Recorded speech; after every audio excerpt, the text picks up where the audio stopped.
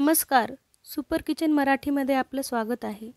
चला तर आज आपण पाहूया अजिबात चिकट न होणारी दही घालून बनवलेली मसाला भेंडी कशी बनवायची। चला तर रेसिपीला सुरुवात करूया।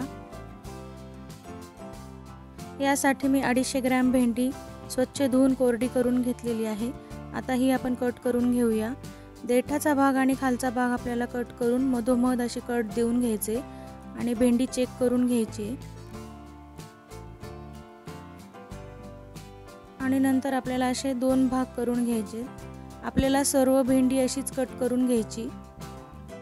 भेंडीच्या साईज प्रमाणे तुम्हाला जसे लहान मोठे हवे असतील तसे तुकडे करून घ्यायचे।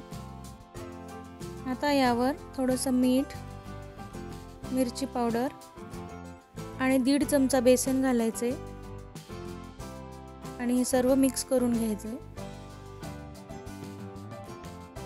हे सर्व भेंडीला व्यवस्थित लागलं पाहिजे।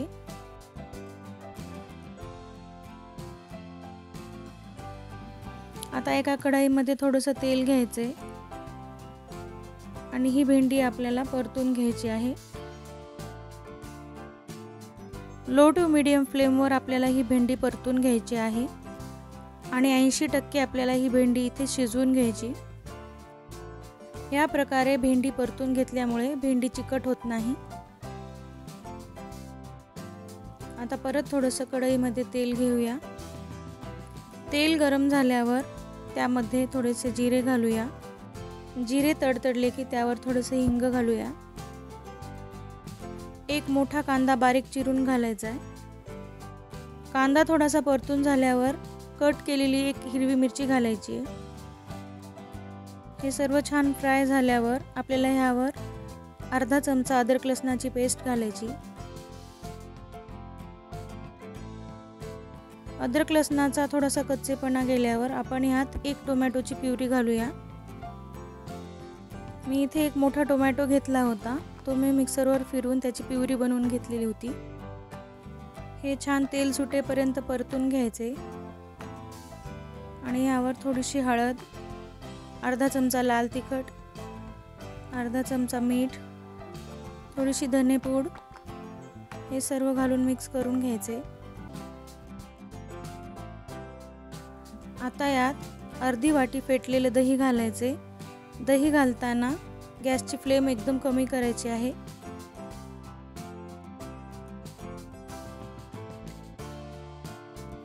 दही घातल्यावर आपल्याला चमचा असा सतत फिरवायचा आहे, त्यामुळे दही फुटणार नाही।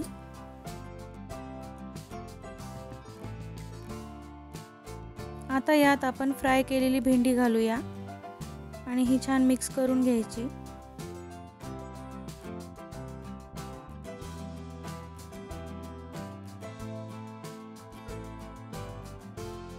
भेंडी थोडीशी फ्राय झाल्यावर मी इथे 1 वाटी गरम पाणी घातलेलं आहे।